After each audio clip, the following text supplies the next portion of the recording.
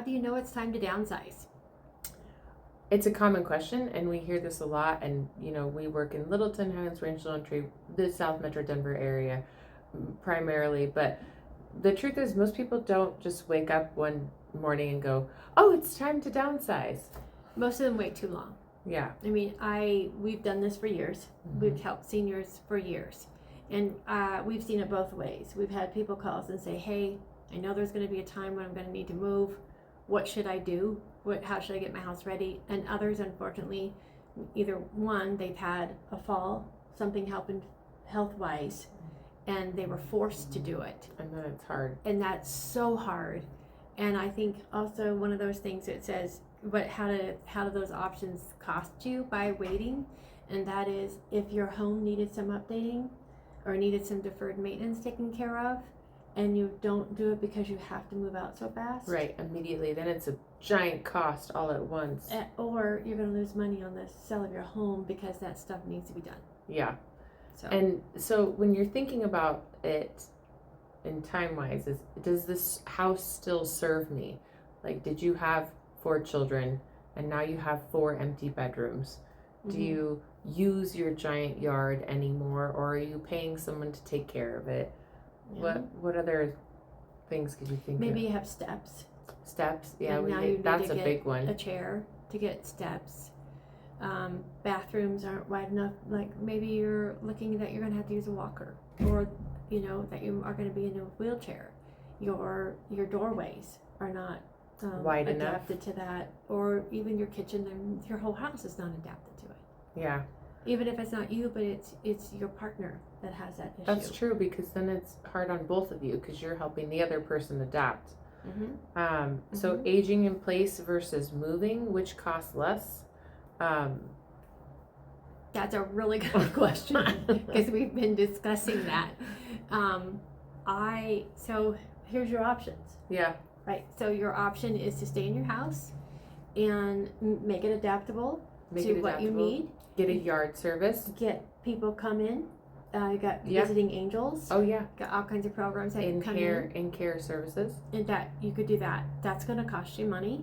You're still going to have the taxes and the insurance and the maintenance on your home. On the house. You have all that, right? And to me, Amber, I think one of the biggest things that I see, you're isolated. Mm-hmm. You are in your house. We hear that word a lot. By yourself.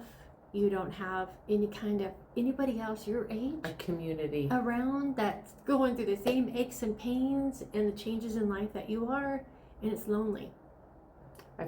I was just talking to somebody that was feeling that way, and that's the exact word she used. She's like, I don't know how to explain it.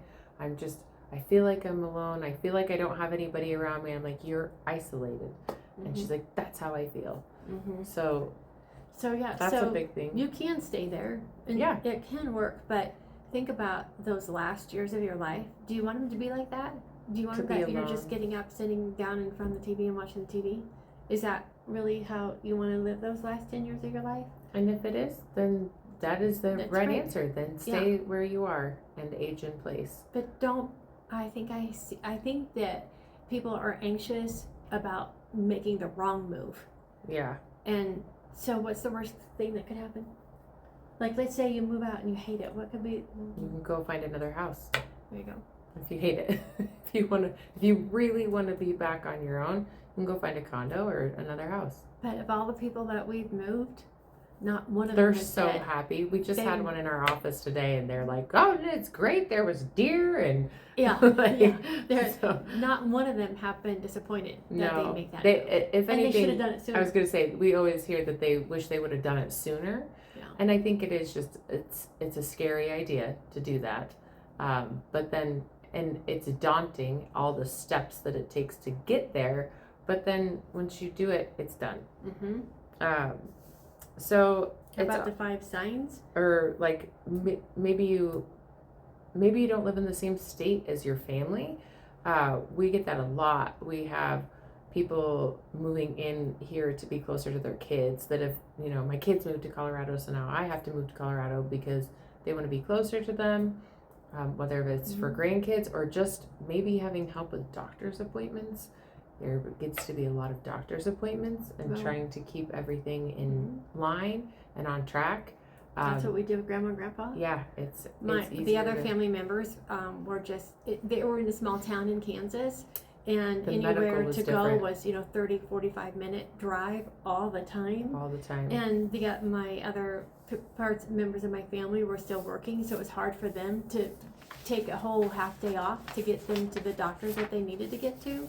So we all decided we would just move them out here because we have this mass medical field here in Colorado is one of the top healthcare states in the United States. Yeah, so it wasn't an issue. I mean, it didn't take me a half a day. It only took me 2 hours to get where they needed to be and taken care of. So, and like this says, sometimes once you realize that you should have moved, you probably should have done it a year ago.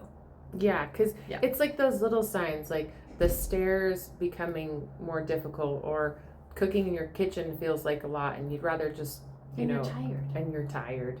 And this is just normal. It's not. I think it's just hard because I think a lot of people don't want to admit it. I like to be in denial. Like my age. We all like to be in denial about certain things we don't like, but there's an upside to it too. Like some people are downsizing because they don't want the upkeep. They want to go travel. They feel good, and they do want to go travel and not be tied to their house and be tied to the yard work or the general upkeep. Like we show also, if you look on this channel, there's downsizing houses around the South Denver area. So if you're not ready to move to a care facility, but you do just want to downsize into a smaller condo or house or townhouse to where you can do what we call lock it and leave it. So you feel comfortable with the community that you're in and the complex that you're in to take care of the exterior maintenance and any other kind of maintenance, where you can just lock it and go travel. And you could still be close to your family all at the same time. Yeah. And help them too. I mean, it works both ways, right? Oh, totally. Where if you want to be close to family, they can help you with yours, and you can hang out with the kids or, help whatever they need. Grandparents are the best with little grandchildren. So then one of them said that you'd rather spend your money on experiences, travel, than on maintenance of a larger home. If you're at that point, then I would say, yeah, let's help you make that change. Let's help you see what's going to be easier for you. Yeah. So you can do all those fun things. Yes. And then let's see, you're starting to think about being close. Yeah, we've talked about that. Activities that are important to you, the healthcare. Yeah. And I think that another thing it says is to talk to if you have kids, to talk to your kids about it. I mean, I'm very supportive. I would like her to move into my backyard. She's not going to do it, but I'm very supportive of, whatever she wants. I want her to be happy. So if you just talk to your kids, they're going to probably support any decision that you're moving towards, and they'll help you do it. And so this is another thing that we notice. And if kids come in and start telling their parents, it's time for you to move, it's time to do this, you know what? They're going to stick their heels in the sand, and they're going to go, no, I'm not ready. Yeah. So really, I think for people probably your age, in your 50s, and you see your parents in their 70s and 80s. You're not in 50. She's not 50, sorry. Excuse me. But when you see that, even my age, seeing my parents, it's a matter of sit down and just talk with them. Don't tell them what they need to do. Oh my gosh. Because they'll never move. You're still my child. Yeah. And you're not going to tell me. We call it the diaper syndrome. That's what Kyle and if you've diapered someone's butt, you can't take advice from them. So well, that's not true. That's not true. She does take some advice from me, but there's plenty. It's a joke that okay, well, they're not going to listen to me because they've changed my diapers. But you don't. You think you know what they need. Ask them what they need. Yeah. Be more letting them. You got to make it feel like they're making the decision and not you. Yes. Because that just doesn't work well. And then the other thing, nobody likes to be told. So I'm actually even starting to do this. So we have, I have a lot of books, and I just love my books, and it was like comfort for me to have all these books. I'm like, why do I have all these books? I'm not there yet. I have a lot of books. So, I put it on the dining room table and I told the kids, come get what you want. The rest of it's going to the library because we found that the libraries take all of them. Mm-hmm. And so, that's one thing I'm doing. So I'm going to clean all that up. I'm going to clean that one cabinet downstairs that is a disaster. So God forbid if I do happen to fall and die, the kids don't have to come and go, what is all this? I just want to clean it up so it's easier for them. It's easier for me. It's just, so we do have a downsizing book. Yep. That will help you go through some of that stuff. And I will say, however, if you still have your checkbook from 1969, yeah, you can get rid of them. You can shred them. It's okay. It's okay. And you'll feel better after you shred them. Yes, you don't. But this downsizing book helps you through that. So it's a step by step. So like it kind of lays it out gently, so you can per room. Yes, so you can just look at it and go, okay, if I don't know where to start, at least I have a guide. So if you comment downsizing guide, we'll be happy to send you one. And if you want us to walk you through it in person, we'd be happy to do that also.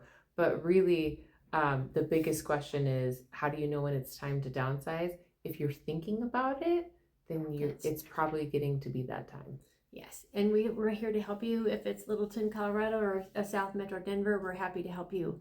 Even just go look at your options, right? That's what I did with well, I'm not gonna say their name, but with our one client, her and I and her daughter, we went to 2 or 3 different places for her to see what she might like and if she's actually ready to do that. And she found one. She's like, I can live here. Well, and the other thing to think about, like what Kim's saying, is there was a wait list. So like maybe you find the place that you love and you want to be at, and you can't be there for a year or 2 years.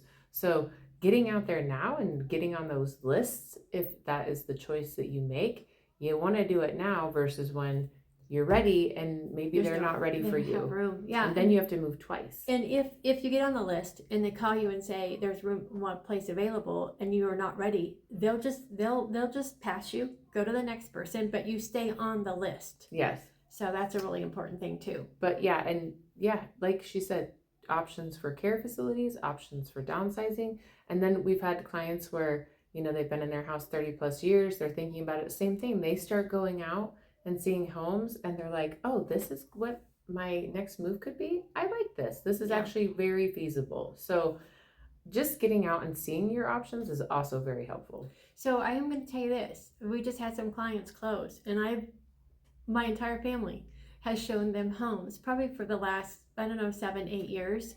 It's been 15. Yeah. Because it was when I started.